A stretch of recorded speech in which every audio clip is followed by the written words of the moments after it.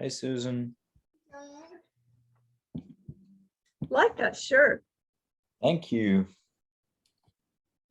We're Molly and Mindy are upstairs looking for a cheesecloth substitute, but all three of us are ostensibly here. Okay, a cheesecloth. What for? We're making marmalade. Some great Ooh, nice. left the cheesecloth in Jersey City. So. Oh no. So you're making grapefruit marmalade? Yep. Wow, that sounds delicious. Yeah, maybe we'll bring you a jar. Well, yeah, I'm game. I love that. Oh God, I love grapefruit. Yeah, it's the best. I think it snowed for 5 seconds this afternoon. Yeah, it's been kind of weirdly snowing for a little while, which is sort of fun. Just gonna wash these.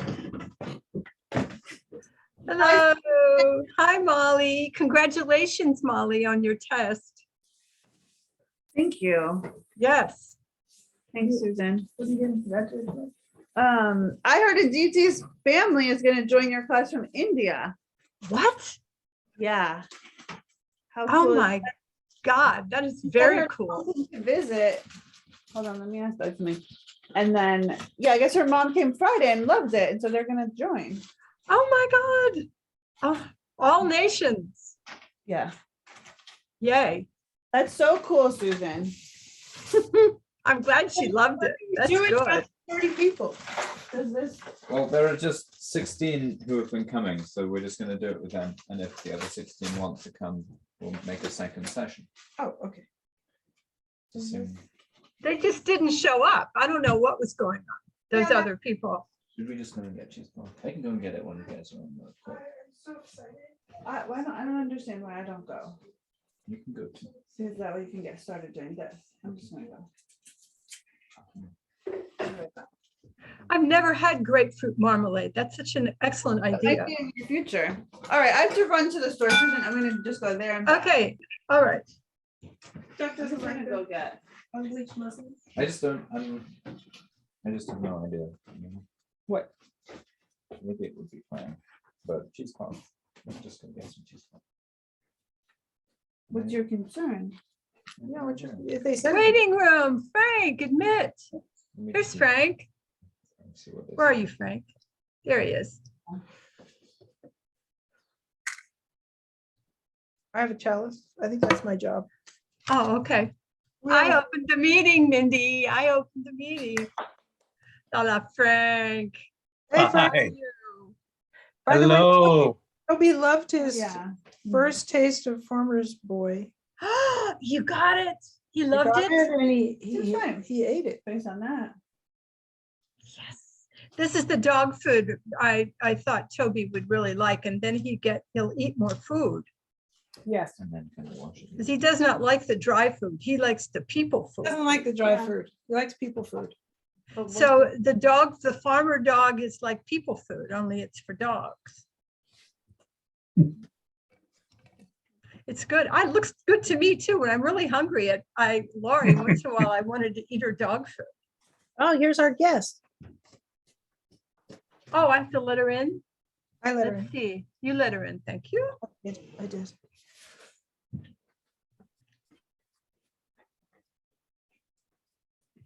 Hello, Aamira. Hi. Wow, it's Aamira Day. Hi. Nice to Hi, see you. Susan. I'm glad I figured out how to join. I sent you Uh-oh. multiple emails. I called you and I just texted you, Frank, because I never got the Zoom link, but I figured I'd go through Eventbrite and register, and I was able to do it. Okay. I'm sorry. Sorry. It looked as though there were two tracks going on. There was the Zoom connection, and then there was also the Eventbrite. And I first went to the Eventbrite. I don't know. And then I went back and went to the Zoom. But anyway.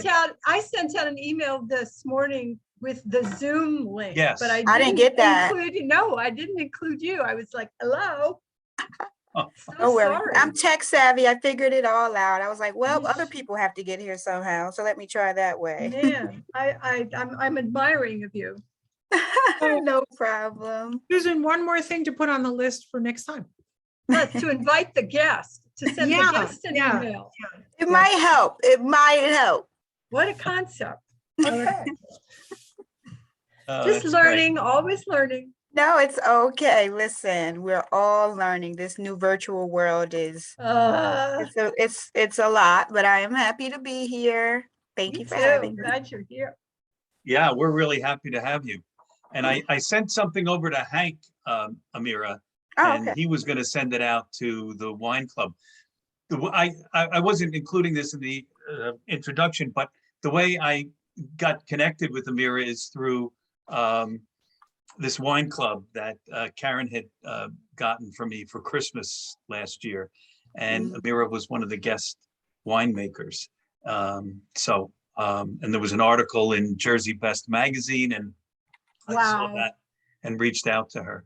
Wow. So she was kind enough to respond and to say she would join us. And I mean, really, and someone from Orange doing this is just fabulous. So we're very excited about it.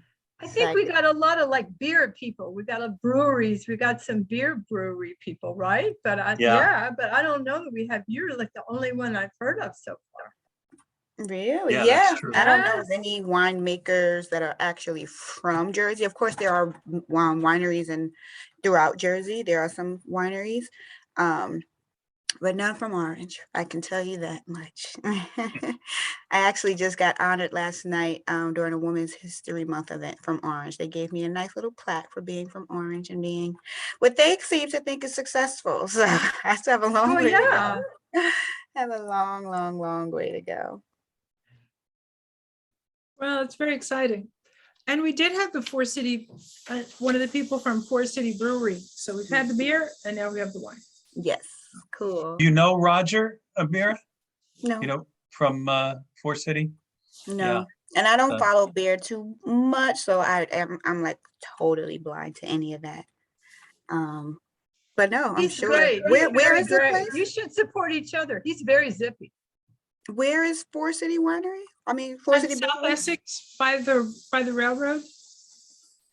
South You know, Essex. I know where that is, of course, and the railroad. Yes. You know where the railroad station is. So it's right there at the corner of South Essex and the railroad. By the post office off of Main Street. No, it's South Essex. So post office is blocks over. But it's off of Main. It's not so far. I mean, Yeah. Why can't I think of this place? Oh, wait, it's There new. are some new buildings there. It's a new build. Oh, Yeah. I've seen that. Oh, I Yeah, have to yeah. go stop by. Oh, you guys could support each other. Yeah. For sure. I did see that over by Orange Station, that area. The new, yes, I have seen it. I didn't even think about what it was. Okay, cool. Yeah, great guy. Where are you all from? I'm from West Orange. I live in yeah. Maplewood. Oh, you're in Maplewood? Okay. And I'm from Orange. I live in West Orange. Nice. Okay. Where in Orange are you from? That is very I grew up on Alcott Street by Orange Park. Yeah, I know that. Mm-hmm. You see I some have one- family who lived on Ogden for years, and my grandmother was from Ogden. Oh, how you love Over that? there. Wow. Mhm. If you know any of the Davises, that's my family. Margot. Hello. When I was growing up, I surely knew them. Hey, honey. I'm looking out the window as I'm seeing you Is it guys. snowing? It's It's snowing. There were flurries when crazy. I was driving. Crazy. It's snowing here All day. all day today. Yeah, man. Ah, Oh, well, you're in snowland. Yes, I've been. Margot is in Maine. Oh, wow. It's Yep. Vermont. It's Vermont, actually. Vermont. Vermont. I was just Yeah. talking about that with my kids. They're like, what's in Maine and Vermont? We were just talking about states. They love to quiz each other. And I'm like, I don't know. We should go check it out. I'm sure it's pretty, just not when it's snowing. Yeah, come up in the summer. Yes, that's what I heard. The summer is a good time. It's a But good, it's pretty even in the winter. They had a photo spread in the New York Times of a guy who takes aerial photos of Vermont. He's a Vermonter, but he takes aerial photos in the winter. And it was- Okay. They were gorgeous. yeah. Cool. Did you see that, Margot? No, I didn't see that one, but but it is beautiful, all around. We're in northern Vermont. I think the whole state is just gorgeous, though. It's Yeah. gorgeous landscapes. Yeah, Is- everywhere. Do you have snow on the ground now? Yep. Do you? Wow. It had all melted, but there's a little from last night and today. It's a little accumulation. But we like it because it makes the maple sap stop running and then start running again. So Ah, This is maple syrup season. Yeah. yes. Oh, yes, but syrup comes from Vermont, right? Yeah, that's a big thing. Yeah, Okay. maple You syrup. guys, do you and Jamie tap trees? Do you tap for maple syrup? we don't own any maple trees, Thanks, but one of we the little- work with a friend. Yeah, one of our friends does. We don't have maple trees on our property. but One of our friends do, and we work with him. Jamie works with him. Nice. Nice. Nice, it's nice. It's got high powered taste. So both Molly and Doug are at my house. I don't think you've met Doug yet. Doug. Hey, Hello, Doug. Hello, there's, Molly. Hi. Molly and Doug. We're fully listening. We're just doing a project called Making Marmalade, so you might not see us, but we're so happy to be here. Okay, great to see you. Looks like the flurry stopped. I thought I was hallucinating. It looked like, no, it couldn't be snow. Well, way out here in West Orange, it's still snowing. Wow. Yeah. Yeah, winter peaks in. Not done yet. Charlie's There's here. Charlie. Charlie. Hey, Charlie. And Karen, Marlo. Hi, Charlie and Karen. Hi, Charlie and Karen. Glad you're here. There I am. Hi. Oh, and it's Camille too. Hi, Camille. Me, Hi. yeah. Oh, great to see you. Guys, Too. you guys are up late, huh? Yeah, time changed last night for us. Oh, really? So is it 6 hours? Now? Is it Now it's 6. It's been 5 for the last couple weeks. 5? Right. Okay, that's right. Yep, Oh, That 1 hour just like kind of knocks you out. it's really weird. it does. It Yeah. does. No question I'm about not- Yeah, I feel like it's like worse than jet lag sometimes. I know, it's amazing what that 1 it. hour. Did you hear the Senate abolished it? We're not going to ever do it again. We're going to be like stuck in daylight saving time for the rest of our lives. Did It that hasn't go through? passed. No, Yeah. I don't no, think it didn't passed. pass. No, it's just half-assed, Okay. half-passed. I So think 30 minutes. I thought no. That was a, I that thought it was a suggestion, actually. Yeah. I thought in 2023 it's supposed to start. Well, the House hasn't We go approved it, swinging back though. and forth until then. Oh, really? Just The House about describes our country at the moment. Yeah. That's right. Oh, boy. Well, Frank, we could start anytime you want. I have the opening and I have a candle for our chalice. Good. That sounds great. Let's get started. I'm sure other people will be coming in.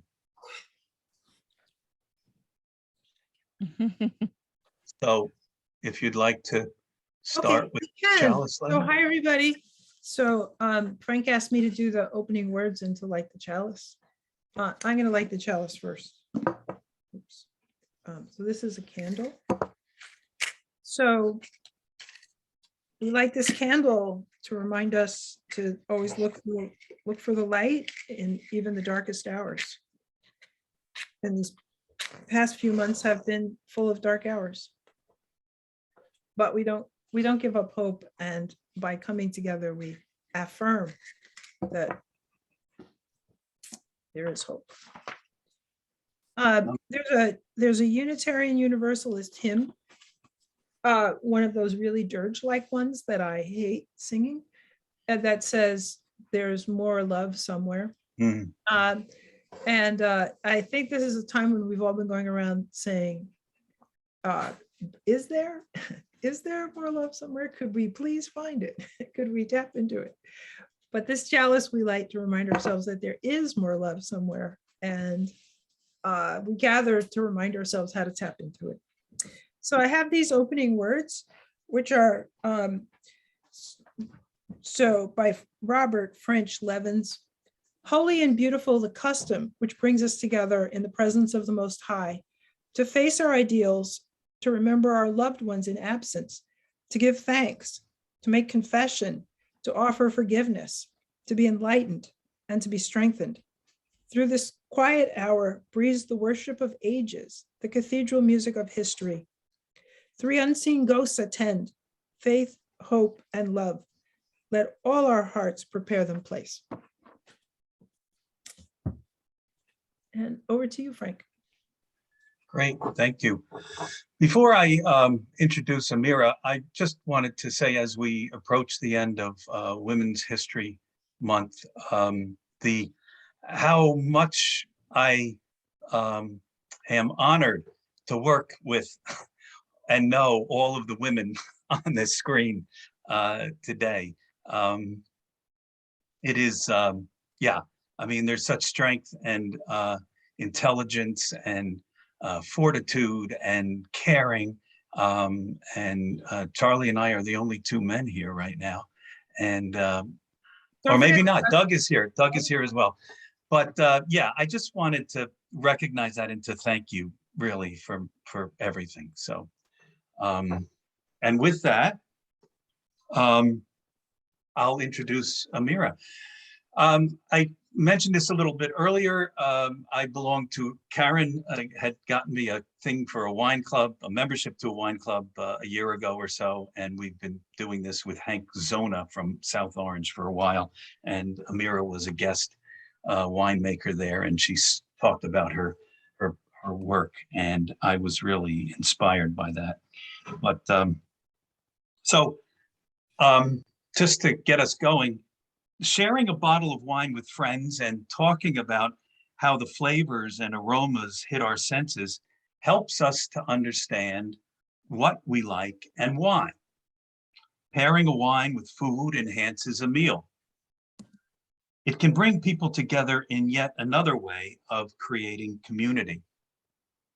Aamira Garba, Orange, New Jersey native, yay, marketing executive, mother of two, has taken her love for wine and her love for community, along with her acquired knowledge of winemaking, and developed some highly acclaimed wines over the last couple of years. Her social media skills have helped her create a network of support that has laid the foundation for what is becoming a successful business. We are happy to have Aamira here today to tell us about her journey. So with that, Aamira, welcome. You're still, you're on mute. Oh, there I you go. go. You would think I don't do this all day, every day. All I said was thank you. Taking a bow, thank you. Thank you for the introduction. I'm super, super excited to be here. I was telling Frank and the team earlier that I am still on a high from last night's ceremony. I was honored as a Orange native for being a successful woman during Women's History Month by the town and by the mayor. And it gave me a little plaque, which was super sweet. Like I really am a girl born and raised here. I was born in St. Mary's Hospital here. I was raised on South Center Street. I now live in the Valley section. This is Orange's home. So for my town and people to recognize that and that there are good things that come from this small town it's super, super honoring and humbling. But with that, I know you guys want to talk about the wine and the journey. So I will start by saying that most people are always like, how did you start? And I started just out of the belief and passion that I have around living a life on purpose. And I wasn't doing that. I started adulting very, very early. And so, I mean, what I mean by that is by 24, there was husband, house, kids, and a corporate job. And I was just checking off every box that I could because I thought that's what I was supposed to do until I felt burnt out and unfulfilled by the time I reached 30. And I was just like, there has to be something out here that I'm meant to do, that I'm supposed to do. And I went on a journey of self-discovery, prayed a lot, really humbled myself. I used to be a know-it-all, if you can't tell. But when you get really humble and God says, actually, you don't know anything, and you start to open up yourself to be able to receive the vision that you're supposed to have for your life, the world opened up for me the minute I got like really humble and clear that there was something bigger. There was a purpose for me. I just needed help finding it.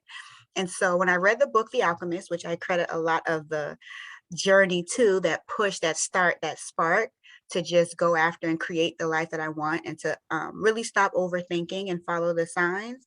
That book really put it in me to just, think about it, Aamira, what do you like to do? And I was noticing how often I was going to wine tastings and trying to learn about it in the free time that I had, which was not a lot, because I told you I had 2 kids and a corporate job, which I still do, work full time. And I said, let me just stop overthinking. I really do like wine. I love this world. I was really intrigued by the fact that you can never, ever stop learning about wine. This one little grape has so much to it. It's bananas. And I said, well, I don't know any women winemakers and I don't know any Black winemakers. So why can't I enter this space? And I just jumped out the window, literally, like, found some producers to work with in Napa. All my wines are made in Napa Valley or Sonoma County.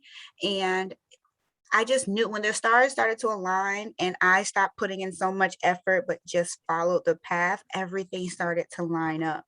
And next thing you know, I had a wine brand. And then after that, I was getting recognized for my wines. And after that, I was studying and passing wine exams that I was like, when did I even have time to study for this? And the wine is super fun for me. I love learning about it. I host wine tastings, but it's really the experience I get every time I talk to a group, or every time I host a wine tasting, or every time someone is more interested in the backstory, where I see how I am being used as an inspiration for others, and how God is working through me to inspire women, to inspire entrepreneurs, to inspire anyone who feels lost and feels like they have to have all the answers, or is afraid to just go after something for themselves. Like, this is the first time I can say ever that I have really bet on myself and not what I think others expect of me, and really taking, the time to learn who I am, because otherwise I won't ever be able to live a life of joy. And that is my goal now, to always be living in joy, to always be, going after the things that I want in life. Because before I wasn't. And you can't always live for your kids or your spouse or your job. The joy starts from within. I know that sounds super corny and cliche, but it is so true. And I have literally been having the time of my life since. The goal is to be in wine full time soon. I am starting to put some things in place to grow so that I have national distribution. So you can actually find me on shelves or in restaurants. But for now, I sell my wine D2C. So you order it online, I ship to 34 states. I do small batch because I am self-funded, but again, working on changing that. So what I do now is, once I create a barrel of wine, which is about 300 bottles, once that sells out, I don't really remake it. So people start to collect my wines. But again, by the end of the year, I hope to I'm going for national distribution. Why not? Like, I don't just want to be in the Northeast. I want to be all over the country. So I'm just going to put that out there, and it's going to happen. But I'll stop there. Any questions? I can talk a lot.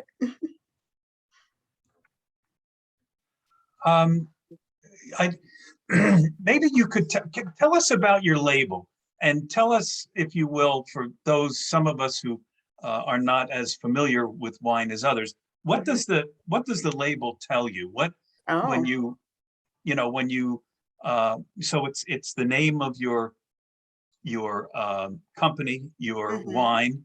Mhm. But it also has an indication of the kinds of grapes that are in it and where it's produced and Yeah. things like that. So if And I you're think not a that's wine drinker, yeah, if you're not a wine drinker and you're just trying to get into wine, or you're in the store and you're like, what should I buy? And mind you, I get texts like that all the time and friends call, what do I get? So you're all welcome to always ask me. It helps me stay in the know of what's out there.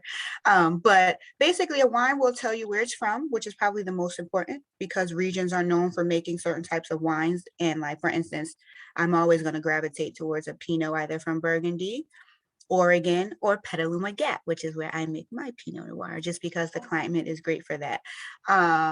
If a wine just says California, the grapes could have come from anywhere in the state. You want your wines to usually, the more detailed of a location, like if we start talking AVAs, or if they start seeing things like I said, Petaluma Gap, or they say an actual vineyard, now we're talking specific grapes, which are not going to be the most mass produced, so the price may get higher. People, I always say, when you go buy a bottle of wine, read the back, read the story, read what they wanted you to know about the wine. Most of the time, what sells wines are labels in the story. That's how people figure out what they want to try and if they want to even spend money on your brand. And so my wine, and I'll pull up a picture for you guys. I always tell you the journey, and I use inspiring words on my labels, just to let other people know, like, literally your life. At one point, I thought my life was like over because I'm 30. Like, I don't know. It was a crazy idea. But I was like, oh, I can't do anything new. I can't start over. Like, oh, what do you mean? And now I'm like literally just starting my life, like the life that I've always wanted to create for myself. So I like to share that in my wine. And my wine is super personal to me. The name too, LoveLee wine. Hi, new person here. The Lee comes from my kid's name, my grandmother's middle name. My kids are Heavenly and Lyrically. And it's so funny. My daughter will tell you she helped me name it when she was 5, and she's still looking for royalties. And I tell her she's not getting paid. Okay. I literally pay for your whole life. Like, but those are my kids. But she was just like helping me come up with names. And we talked about it being a lovely wine. And I immediately saw the spelling of it when I said it out loud. So it's like, it's been lovely ever since. But yeah, the wine, so and of course you'll be able to tell if it's a white or a red wine. You'll be able to tell if it's sweet. Usually they will say that, or you can look at the alcohol content. Anything lower than usually 12% or 11% is probably a sweet wine. They can tell you all types of things. So I would love to know, and again, I know we have time maybe, but at the end, like, who's a wine drinker here? What are your wine questions? I love to just like teach or explain. Sometimes people are nervous about asking certain questions, and I'm not that girl. Like, ask me anything, because I do think wine has this stigma of being, a little intimidating if you don't know the right words, and it's not true. Like, I want wine to be fun, and that's part of my brand, is making it fun and making people feel confident in the wines that they like. We may not like the same wines, just because my experience may be different, but doesn't mean what you like isn't valid or cool. Now, I do judge people who only drink sweet wine, but that's just me. I'm judgy, I'm judgy. And I think everybody needs to expand their palates and stop drinking sugar, but it's okay. It's all right. I'll allow it for now. That's great. That's great. But yeah, ask me your question. I love being Sure. interactive, because otherwise you'll just have to hear me keep talking. Amira, hi, it's Charlie and Camille. We live in France now, and so we end up drinking more wine than we did before. At least I drink more wine than I did before. But how do you decide on like what you're gonna do each barrel? After your run's done, how's that decision get made? Yeah, so up until now, I had done blends. So my very first blend was a red wine, primarily Syrah, which is one of my favorite grapes, Pinot, Syrah, and Zinfandel. If you ever want to send me a bottle, of a wine from France, those, just saying. So I said, one of the things that's important to me is to always be authentic and be my authentic self. So like, let's say the market is saying everyone drinks sweet wines all of a sudden. I still couldn't. Like, I want to make what brings me joy, right? So I said, because that's the only way I feel like I'm going to be passionate about it. And so I said, I'm going to make a blend. And the reason I chose a blend versus a single varietal meaning Chardonnay, Merlot, Cabernet, like that one grape, because all of those are actual wine grapes. And again, if you all are into wine and I'm saying things that you're like, we know that, duh, forgive me. But single varietals to me weren't fun, because I don't own a vineyard. I'm not a Jersey girl with a vineyard in my backyard. So how do I let people know that I'm a real winemaker to take me seriously? I said, I'll do blends, which blends are really popular now. And so what I do is I fly out to Napa about twice a year, and I'll sit and take what's already been fermented, you know, where I work with the crush pad, they have the relationships with the vineyards, and I'll say, hey, let's start with 60% of this and 10% of that and another 15 of that until I get the blend that I think is right. And so my first two wines, I did a red, and then I was like, okay, I'll balance things out and did a white wine, which was primarily Gewürztraminer. It has Chardonnay, Sauvignon Blanc. It was delicious. But then, That was then I sweet did a though, wasn't it? Wasn't no, that sweet? mm-mm, It was not? I thought they no. were sweet. Okay. Gewürztraminer, you thought Gewürztraminers were sweet? Yeah. Nope. So what it is people sometimes confuse sweetness with fruitiness. So the fruit, you always want the, like, you ever smell a wine, it just smells like berries or even smells floral or anything like that. That's characteristics of the fruit. The sweetness is strictly how much sugar is in it, which means you did not convert all of the alcohol, all of the sugar to alcohol. So you left it in the, yeah. So that's how you make a sweet wine. You just don't ferment it all the way dry until all that sugar becomes alcohol. They stop the fermentation. But usually, like, Gewürztraminer is a super aromatic grape. It's, to me, it smells like lychee. I always say it a different way. Like, that's how you know a character. That's how you know it may be Gewürztraminer, if you smell that. And it usually has an oily texture. But yeah, so I did that. But then, and I did a sparkling wine because people love their bubbles. I'm not a big bubbles fan. I don't need bubbles, but the people love their bubbles. So I'm like, I'll do that. And those I only do about 6 cases of that. And I did that for the holiday. I did a rosé. But like I said, I wanted to try my hands at a single varietal, and I am a Pinot girl. I love Pinot Noir. But I said, how can I make it my own? So I did blend my Pinot a teeny bit. There's about 3% Petite Syrah in it.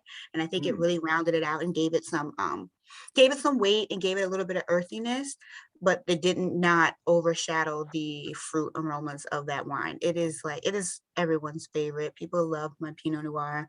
So that's how I did it. So I started with blends. I'll probably go back to blends just because they're more fun to me, but I had to make a Pinot.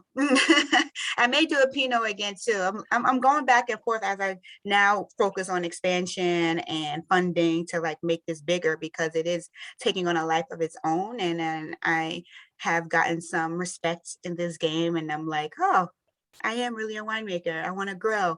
So I may become the Pinot girl and make Pinot Noirs from different regions. I'm leaning towards that just because they're so popular and they're my favorite grape. But then a part of me is like, oh, but blends are so fun when people try to guess what's in it. And they're like, or my favorite clients, those who say, I never liked red wine until I had yours. I love that. I love that feeling. So I will, Charlie. Oh my God, Burgundy is Pinot land. That is where Pinot is grown best.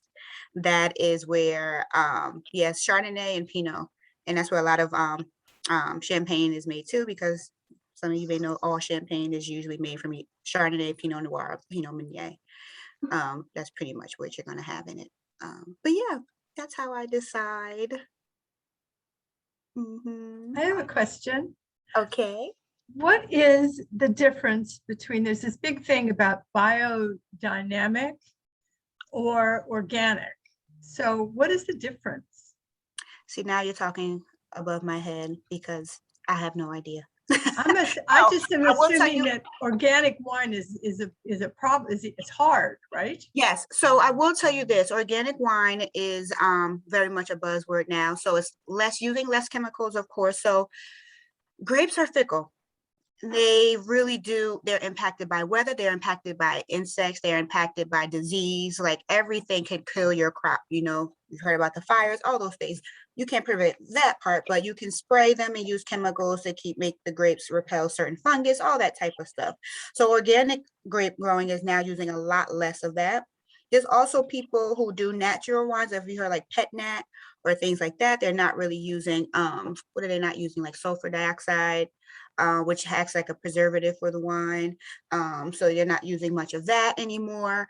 Then there's also things like harvesting that is also so you can use machines to harvest, or you can hand pick. I'm telling you right now, all your grapes, if they're hand picked, the price goes up because, people, drive that's labor. But there are some great wines that use machine harvesting, and it's like really mechanical. But I think biodynamic may have something to do with that, like what types of machines and if they agree, but I won't pretend to know. I will tell you my wines are they can be considered vegan. Most people know that some wines aren't necessarily vegan because of the yeast strains, I think, or some of the byproducts that are used again in the fermentation process. But organic, no, I do use sulfur dioxide, sulfates, all that stuff, but not a lot. And people think that sulfates are what gives them a headache sometimes when they drink wine. There's such a small amount that I doubt that, but some people say they have reactions to it. I Hi. have a question. Hi. It just, when you hear wine tasters or winemakers talk about wine, they talk about all of the undertones, things that they taste in the wine, all these ingredients.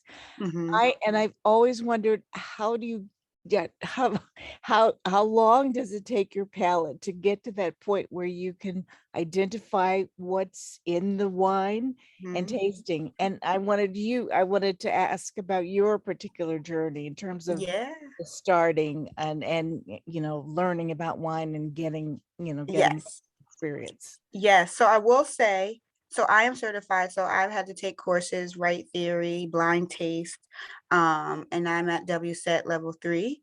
There are 4 levels in that run, and 4th level is like a diploma. Some people do it for years. I told you I started in 2016, and I still have trouble. It's one of those things, and it's never, I want people to know sometimes that there's no right or wrong usually. Some Psalms will make you think that if you say I get green apple, right, and I say no, it's pear, I can't, like, you really could have tasted green apple, and that's perfectly fine, because at the end of the day, nothing else is in wine but grapes. It's all the chemical reactions and our interpretations. There's nothing else but a grape. So all that you're getting is the characteristics of the grapes that are in there.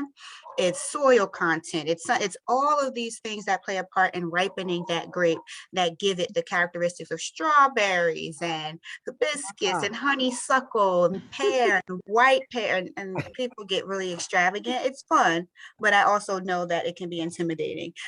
So my journey was first, I started with level 2 because I tasted enough wine to know I didn't need to start at level 1. I drank maybe too much wine, and I passed level 2. And a lot of that is about just starting to learn about the regions of the world and grapes and what makes them, all about the vineyards, ripening, the life cycle of a grape and all of that. Level 3 is where now I have to do blind tasting, meaning I don't have to tell you, for level 3, you don't have to know where it came from.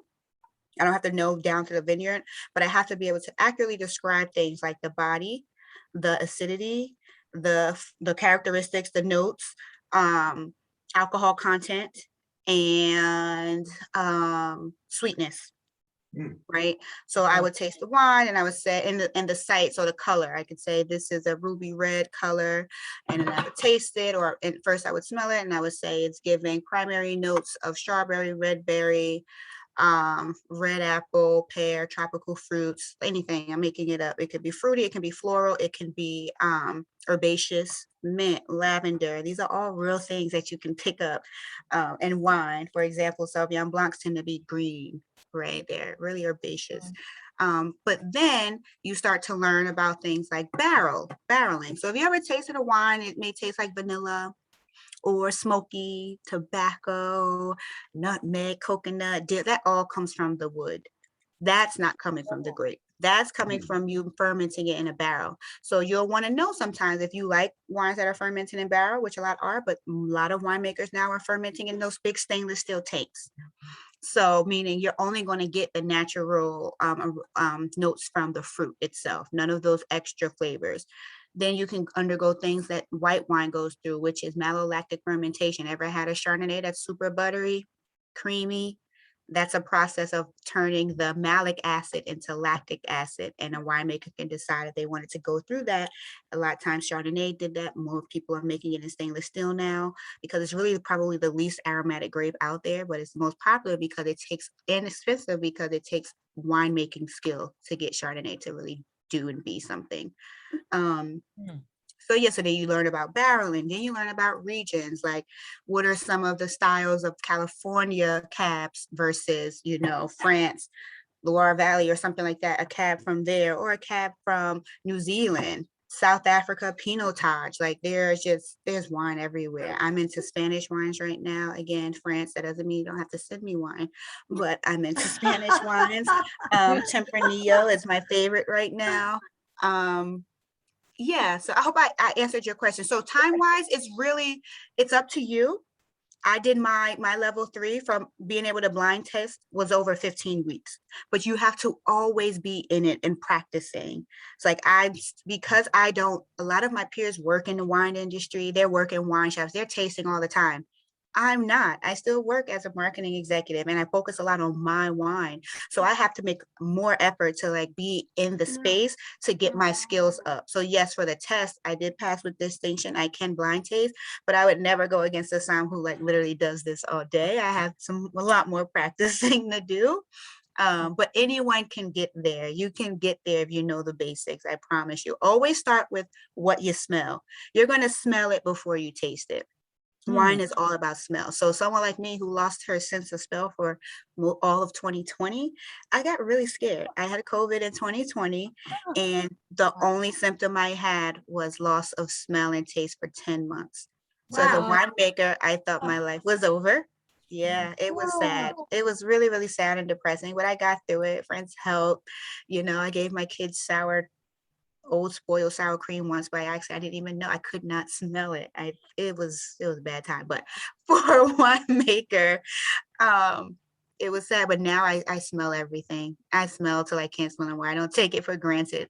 I will never take my sense of smell and taste for granted ever again. So I will say to you, if you, Ms. Margot, if you're someone who's interested in like just learning about wine, just smell and taste as much as you can, and you'll start to see some similarities. You'll start to see that something like Merlot is always going to give you between a red fruit and a black fruit. You're always going to taste that, but a cab is sometimes going to have an earthy undertone. Yeah. Yes, great. The cab is my favorite. And I don't know why. Other than it doesn't taste as medicine-y. Now, this is all I can say about red wine, which is my lack of knowledge, is that sometimes there's this medicinal quality. Medicinal quality is in wine. That is literally on my study sheet. Does it smell like, is it medicinal? Like, you're not wrong. See, Yeah. You're not wrong. But cab doesn't usually give me that. You said that's why you like it. That's why I like it. But it's a very bold, that's a tough grape. So good for you. That's a tough grape. Thank you very much. No problem. Aamira, I like Chiantis and I like Sangiovese. That's the grape. yeah, and I like Pinot Noirs as well in reds, but I really try to avoid the heavy tannins, you know, that you get in cabs, and that's that thing that makes your tongue go to the roof of your mouth, and I don't like that in wine. So for instance, Pinots usually aren't really heavy tannins, and like the ones in mine, I call them polished tannins, because tannins are always going to exist in red wine because they're in the skins. White wines, you don't get tannins because you ferment without the skins on, but some tannins are more refined, some are more gritty. Cabs are tannic. That's why a lot of times you'll see Bordeaux blends are usually Merlot and Cabernet. That's a typical Bordeaux blend because they balance each other out. Sometimes those tannins can be too much. They also balance each other out in acidity. So I like high acid wines. I typically like high acid wine. So tannins, excuse me, are when your mouth, you taste the wine and your mouth just feels like everything was sucked dry. That's the tannin. But if you feel like and then you'll have this feeling where your mouth just fills up and you like start salivating. That's the acid. And I can tell you if a wine is high in acid. You just always want those things in balance. Like a great wine that's going to really be award winning is just going to be a really balanced wine. It Yeah. won't be too heavy on any of those things. Yeah. But like bubbles are always high acid. That's great. I love high acid wines. Yeah, but that's how you know the difference of what you're. And if what it's wines? tannin or acids. What wines did you say were high in acid? Usually like sparkling wines, Mhm. champagne styles. You're always going to get high acid. White wines tend to be more higher acid than red to me, because the tannins can pretty much balance that out with the acid. But like Sauvignon Blancs, Rieslings will be less they're to me not as acid driven. They taste sweeter, Riesling. So if you do Yeah. want to try a white wine that's not sweet but tend to taste a little, because they make them in a style a lot of times where they are sweeter, or Rieslings. I like Rieslings. But yeah, I would say it, and again, it's no one grape sometimes because it depends on how the winemaker makes it. But high acid, I tend to go towards like a Sauvignon Blanc or Chardonnays too. Mhm. So how, and I don't want to, get too far into this, but I'm just curious, how did you arrive at the cost for your wine? And when you're looking at it, when you're looking at a bottle of wine, I mean, Karen and I have tried plenty of wines, and there are some wines that are less than $10 that are really very good. You got to be lucky if you're going to find it. And, anything from 10 to 15 is probably more reliable. But I'm just curious how winemakers come up with the cost. Is it strictly based upon overhead and what you put into it? Or is there some other method based upon the kind of wine that it is? So the two most important aspects or expensive aspects of wine are land and oak.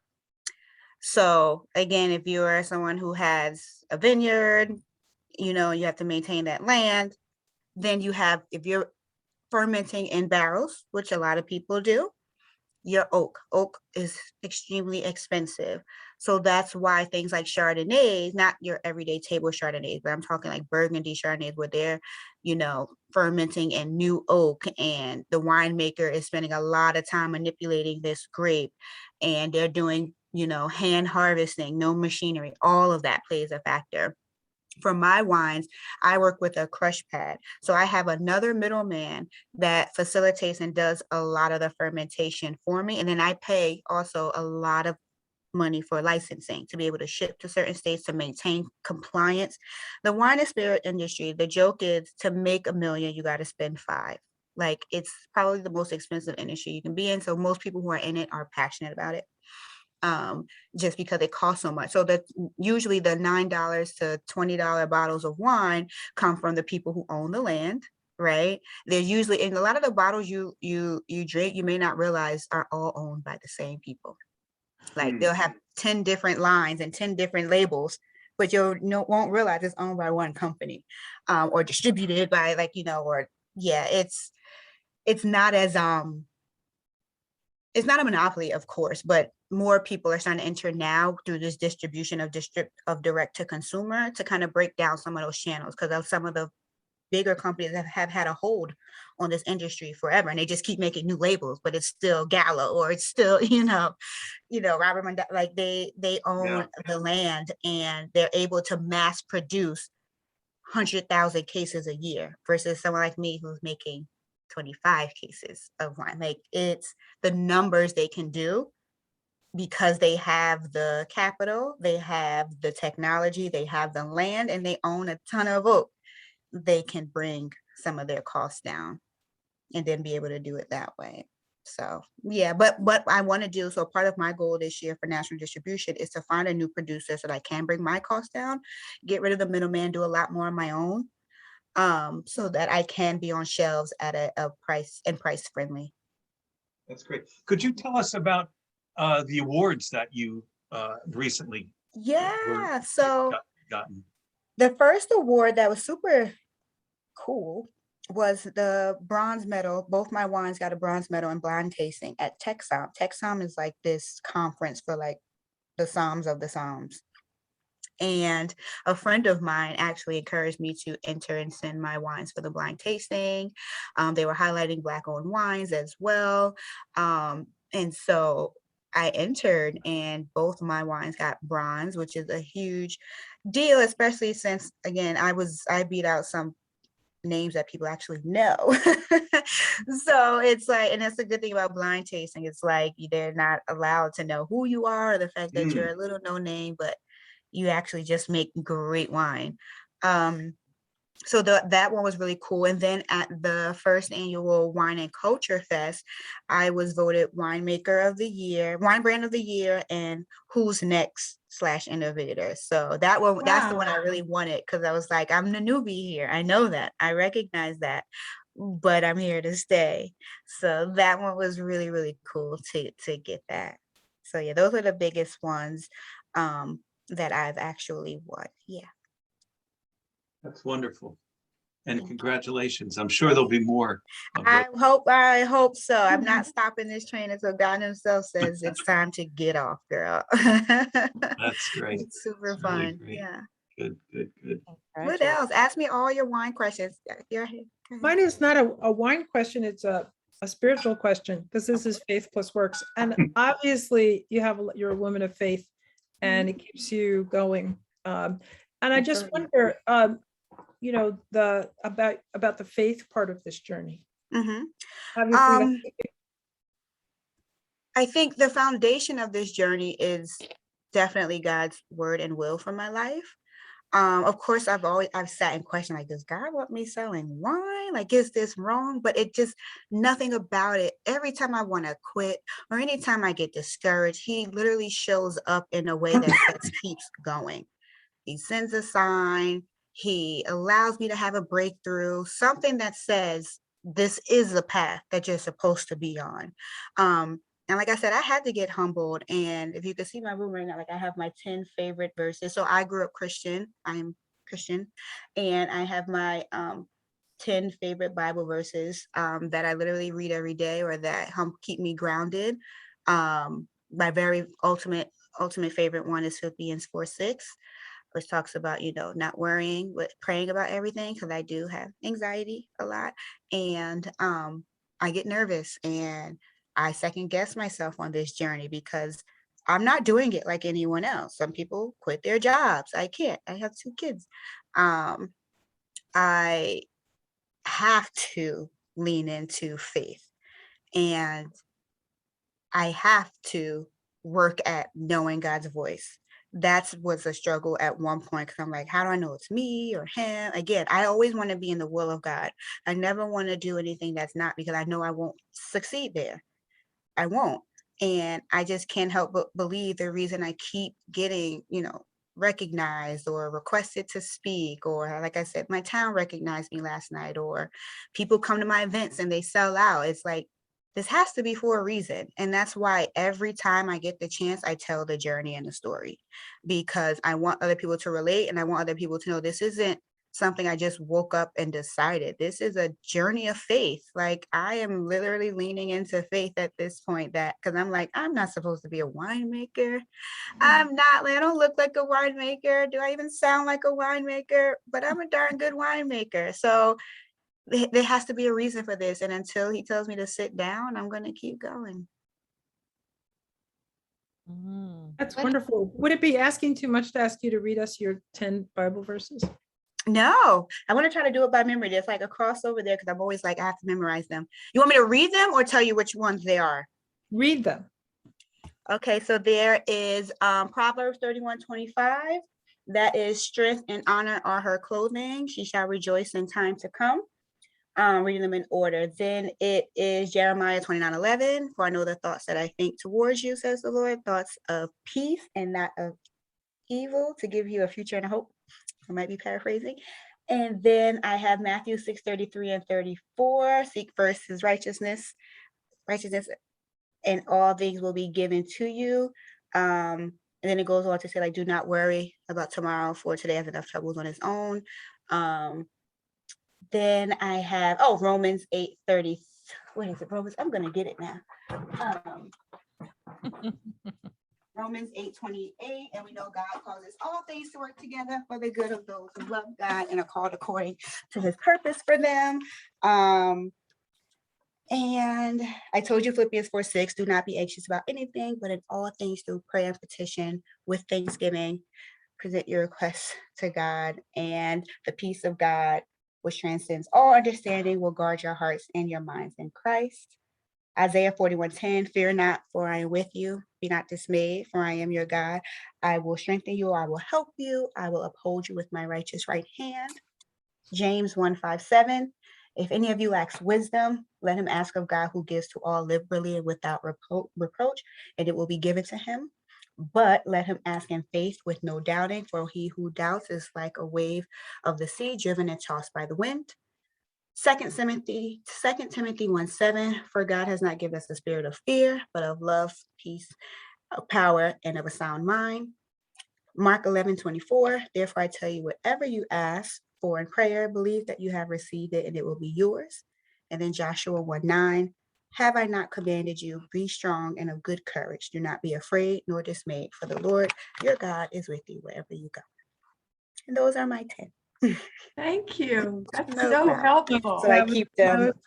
Oh, oh, that's the greatest. Beautiful. That's really Yeah, so I have vision boards. Woo! I'm big on Yeah. vision boards, but I needed to have a prayer board. And to be quite honest, this board came right after heartbreak. So I am going through a divorce. It is almost finalized. It's been a 2-year process, but I was in a very broken space. And one day I said, I need to, these were the ones that I would always come back to, and they ground me. They helped me to relax and calm down, and they helped me to remember I'm not in charge or in control. God is in control of all things, and I am just a vessel. So these, I have to say them to myself to, get grounded. That's wonderful. Yeah. Yeah, that is wonderful. Thank you so much. Because it's very helpful for understanding this truly leap of faith that you've taken to assert yourself as a very unexpected winemaker. But you do sound like a winemaker, I have to say. Good. I work hard at it. But yeah, thank you for having me read that. It's always good, and it reminds me of how far I've come. Like this journey, even my faith journey. I would say I grew up in church, I guess. Grandma made me go to church, but I didn't start building my relationship with God the way it is now until like right before I started this brand, probably 2015, 2014. Like he was always there, but when I say like really there, and I think going through heartbreak and having my heart broken, I think that also, had like, you have these things in your life that bring you to him. And I had this brand, this business I wanted to start, but my marriage was falling apart, but I felt him transcending me better and into a greater space and leaving back things that were holding me back, not deserving of me. And he really put me in a space to live for me. Again, I was someone living for everyone else except myself. And now I have so much joy in my life. So, and it's only God. Like even to the day I woke up, I was like, God is good to me. He's really, he really is super good to me.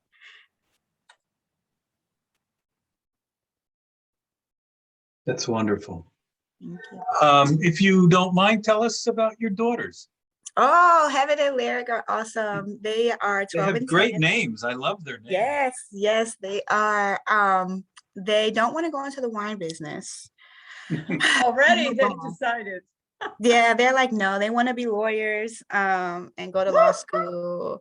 And I'm like, you still can work for the brand. But anywho, they're 12 and 10. The 12-year-old will be 13, 5th and 7th grade. Heaven is excited. She just got inducted into the National Junior Honor Society. She's super excited about that. They're both in their gifted and talented program. Like they are great. And even through this whole family dynamic and changing, like they are rock stars. I'm also someone who believes that God created therapists too. So we all three of us have a therapist. I'm super big on making sure they feel emotionally supported and mentally supported. And I empower them to be self-advocates a lot. So to use their voice, to own their bodies and minds, and that they can literally go after whatever they want to go after. I just, you know, you want for your kids better than what you had. And I don't ever want them to feel like they had to start life at 35. Like, you know, like you can make decisions for you right now as a child, of course, with my permission, but you get to make decisions. You get to have a say. They get to have a say in their lives. I include them in decisions, and it's big for me that they have a prayer life too. I don't try to force it on them. I do incentivize when they, you know, attend with me. I actually attend a church called Transformation Church via online. It's in Oklahoma, and I've gone to Oklahoma twice.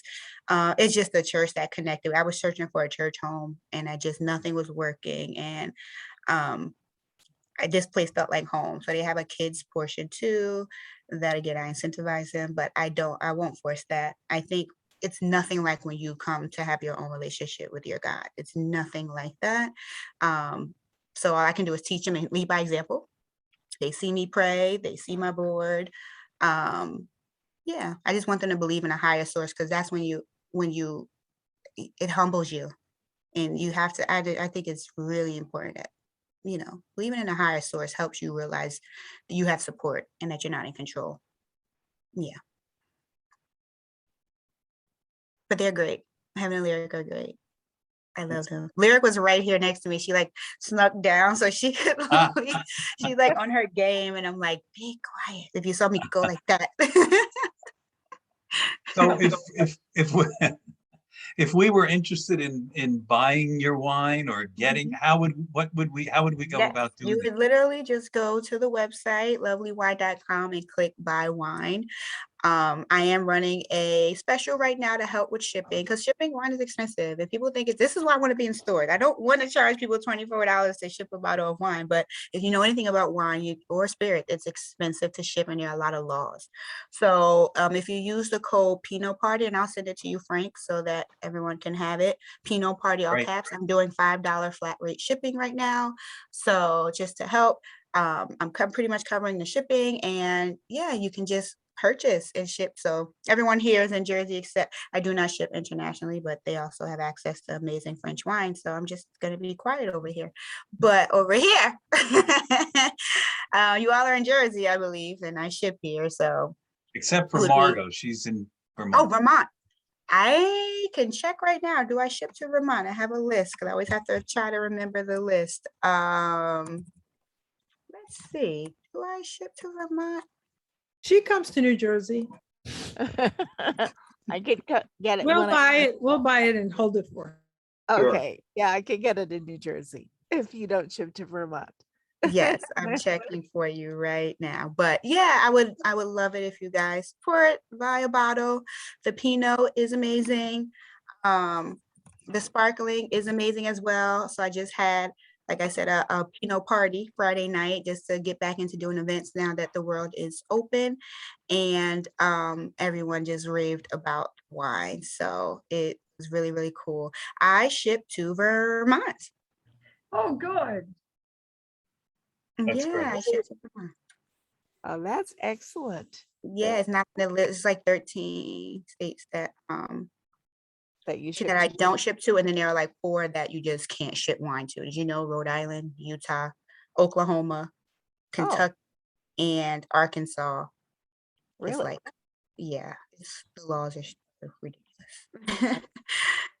It's a lot. But yeah, so order a bottle or 2, gift it. People love to gift my wine because they are priced premium, so people usually gift them, save them for a special occasion, you know, store them, because I'm going to be rich and famous soon, so you might want to hold on to it, you know. Exactly. Yes. Great idea. Yeah. So I don't know, does anyone else have any questions, or would you like to say anything else? I think we're just about at the end of our hour. Just like Last to. question is if there are any like local wine tastings you host. Yeah, so please go to my website, and the first pop-up will be to sign up for my email list. I do not send emails often, but when I have an event, I send it. I'm not a spammer. So that's how people found out about my Pinot party that I just had on Friday. It was at a wine tasting room in Newark. If you've never heard of Davino Tasting Room, she's a great friend of mine, Black owned, LGBTQ. Like, she is Burley, who owns that space, is amazing. She was like, come have a pop-up Pinot party here. She's also a somm. She teaches, she does wine tastings, and it's a cute spot right in the heart of Newark. Like, people don't really know that. So I have done wine tastings there, but I also, people hire me for parties, birthdays, special events, corporate outings. Like, I host wine tastings whenever, if you want a personal one. But please sign up for my email list. It'll be great. So what I'm thinking about, because Friday was so successful, now I'm thinking about doing a wine and cigar pairing tasting, which I think will be super fun, and to get some male energy out, because only women tend to go to wine tastings. So, but I've heard of a great spot in Jersey, and I'm loving like all this Jersey love that I want to do that with. So that's beginning stages. I also have a trip to Napa coming up, where I am taking up to 15 people to experience Napa the way I do. It is one of my happy places. So I've done it a few times just with friends who are like, you need to like take everyone to Napa and experience it. So I have friends there and some pretty well-known higher ups in the wine world, some somms that have been on TV that are my friends. And we're going to do some behind the scenes and taste wine and ride bikes through vineyards and taste wine and taste wine. So there'll be more info about that when I start to promote that. That's going to be in August. So I'll email that out. So again, if you go to loveleewine.com and sign up for my email list, you will know about my parties and my wine tasting trips. Follow me on Instagram. I'm super active on Instagram. I hate Facebook for business, but I'm on there too. Lovely Wine. Everything is Lovely Wine at Lovely Wine. So I would appreciate the support, you guys. Thank you in advance. And here, I'm going to actually put this in. Oh, there's a chat. Let me drop.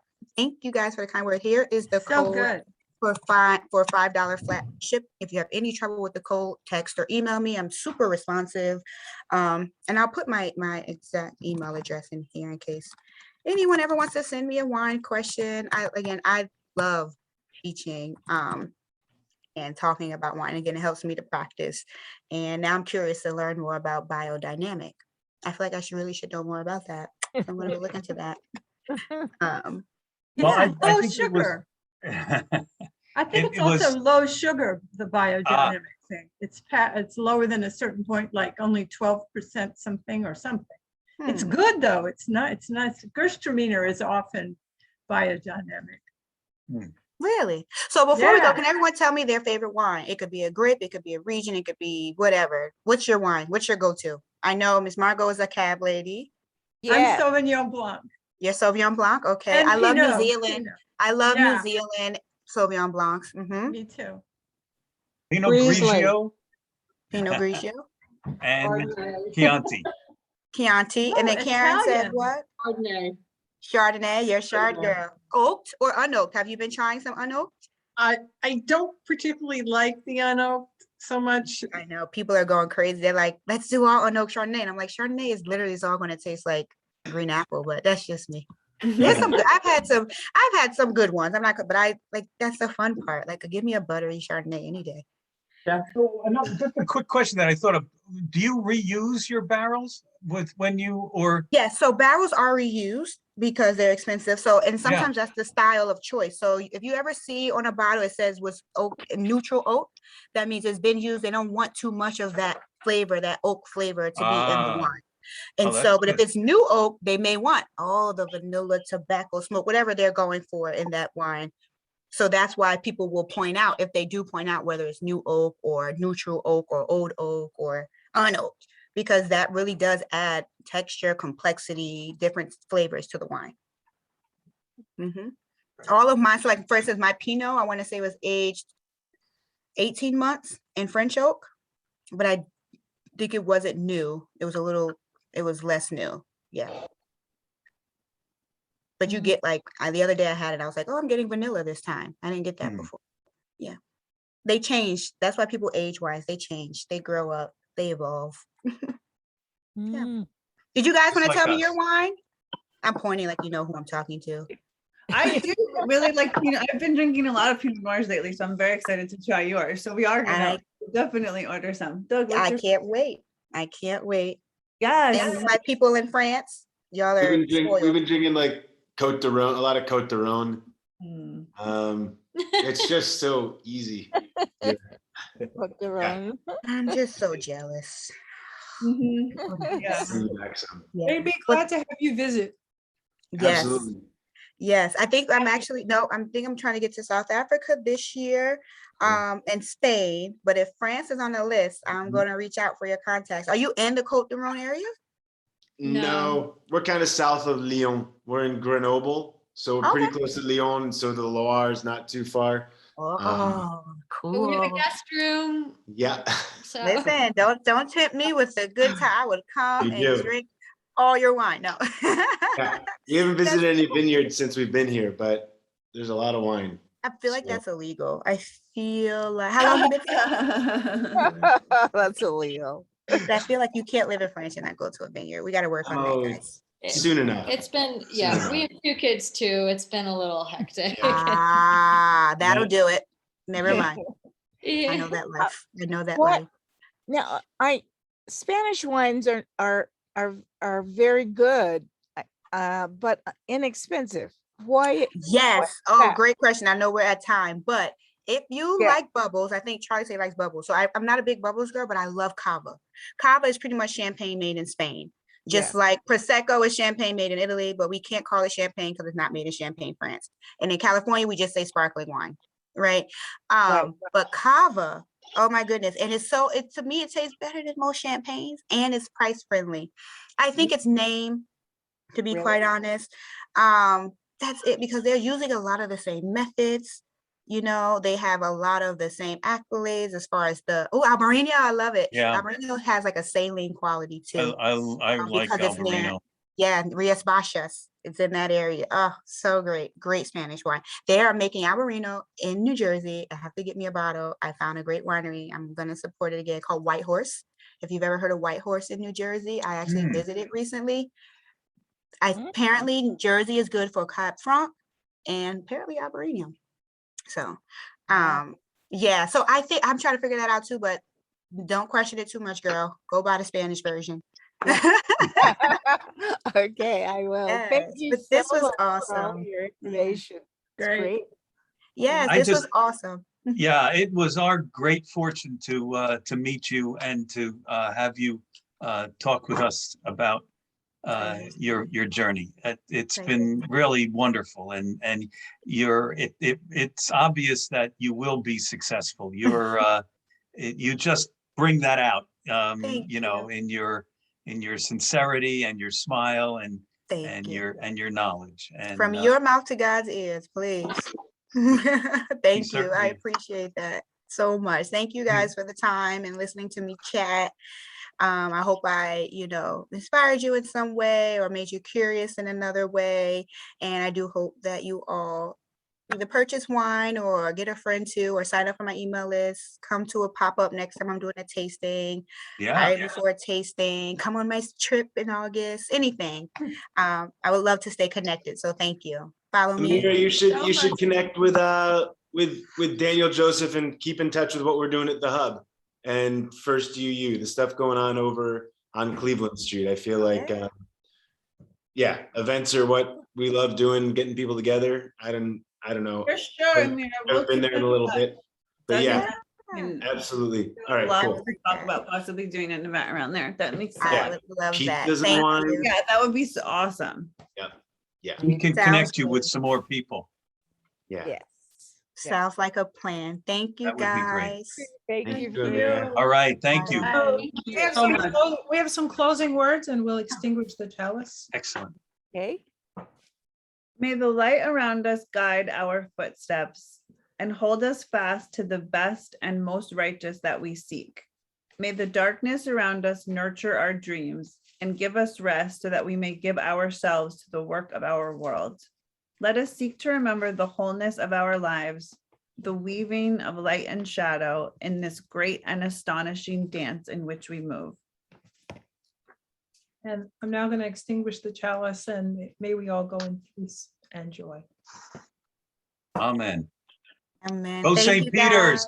Go St. Yeah, Peter's. 6 years, Jersey. Yeah. My dad sent me a message about it. He's like, "You guys heard of this?"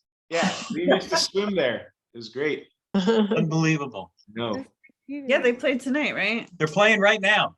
5:05. All right. Aamira, So- thank you so much. yeah, Aamira, thank you. guys. It's great to Yeah. meet you. Great to see Bye. you all. Bye, everybody. Bye. Bye. Great Bye. meeting Bye, you. everyone. Frank, Nice to thanks see for you guys. connecting us. That was great fun. My pleasure. It was great. Bye. Thank you, It's guys. Good to see wonderful. all of you. Thank you. Good seeing you guys. Guys. Bye, guys. Bye-bye. Bye.